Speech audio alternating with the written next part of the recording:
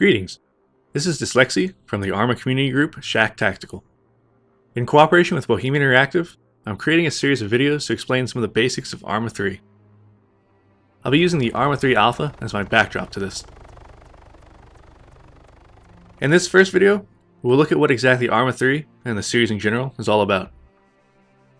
Specifically, I'd like to focus on the things that make this a truly unique series in the PC gaming world.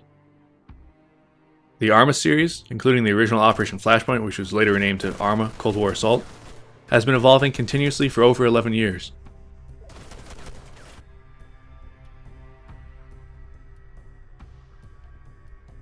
At its core, Arma is a military sandbox experience.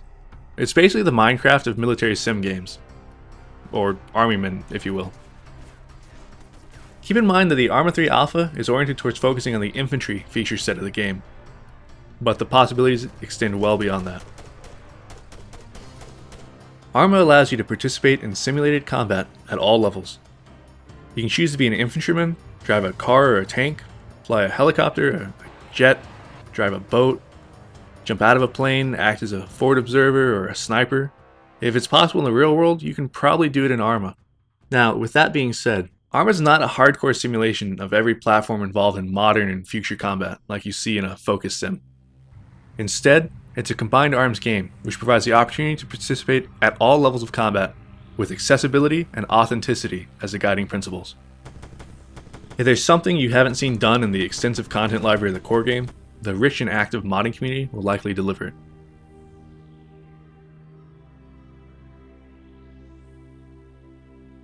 This is another key point. Looking at the current lineup of military shooters, you're hard-pressed to find one that supports or even allows for modding. For Arma, it's a keystone of the feature set, and the symbiotic relationship between the developer and their modding community is one of the strongest allures to a long-term investment in the series. I've been playing this game since the first edition came out back in 2001, and every year brings improvements and evolutions that continue to keep it firmly entrenched in its position of being my all-time favorite platform, bar none. Let's contrast Arma with some of the typical wargame experiences available today.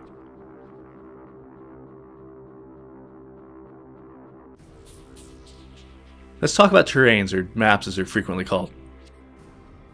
This right here, you might see something this size in your typical console-ported shoebox FPS these days. But panning back, it's just a tiny slice of the small island of Stratus. This whole island is about 20 square kilometers. The main terrain of the game, by comparison, is about 270 square kilometers.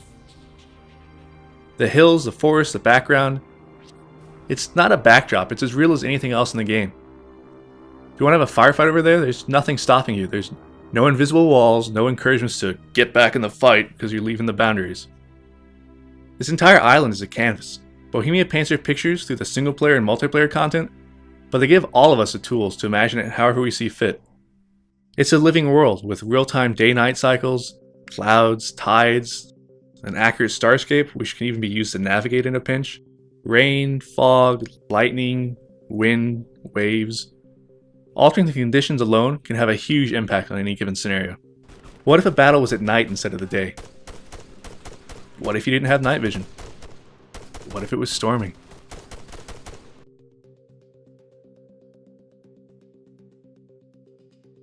This is the core of the experience for me, the very definition of a sandbox game.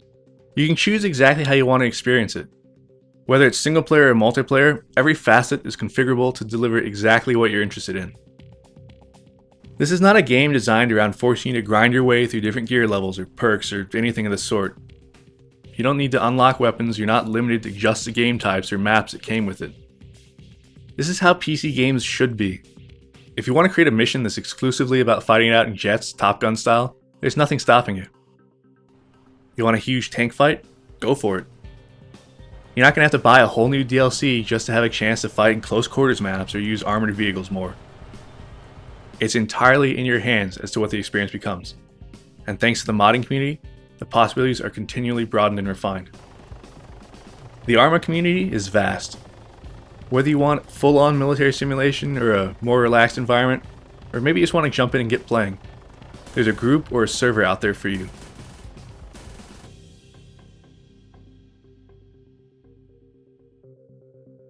In my community, we play regularly in sessions of over 100 players, and Arma's built-in mission editor allows us to create our own custom missions created for just how we want to play.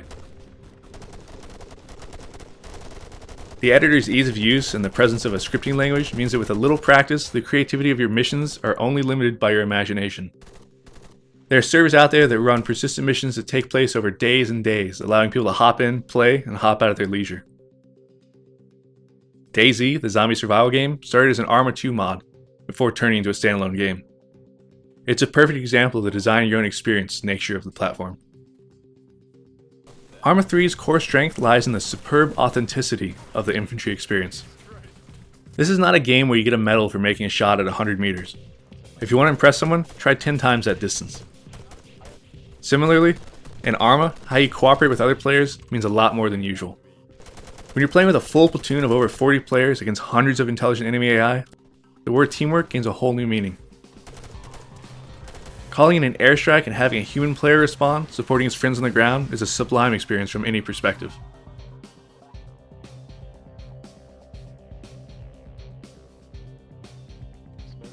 That same sandbox nature that lets you create huge missions with hundreds of enemies also lets you draw inspiration from military history, current events, or just something you find interesting, and recreate it virtually. It allows you to experience those events as a participant, to gain a perspective of what happened, or what might have happened if things had been different. It's a perspective that books, movies, and more rail-oriented Hollywood shooters simply can't provide. Whether it's Vietnam, Mogadishu, Iraq, Afghanistan, Cold War gone hot, World War II, or III for that matter. Once the mod community has a crack at it, you'll be able to do all that and more.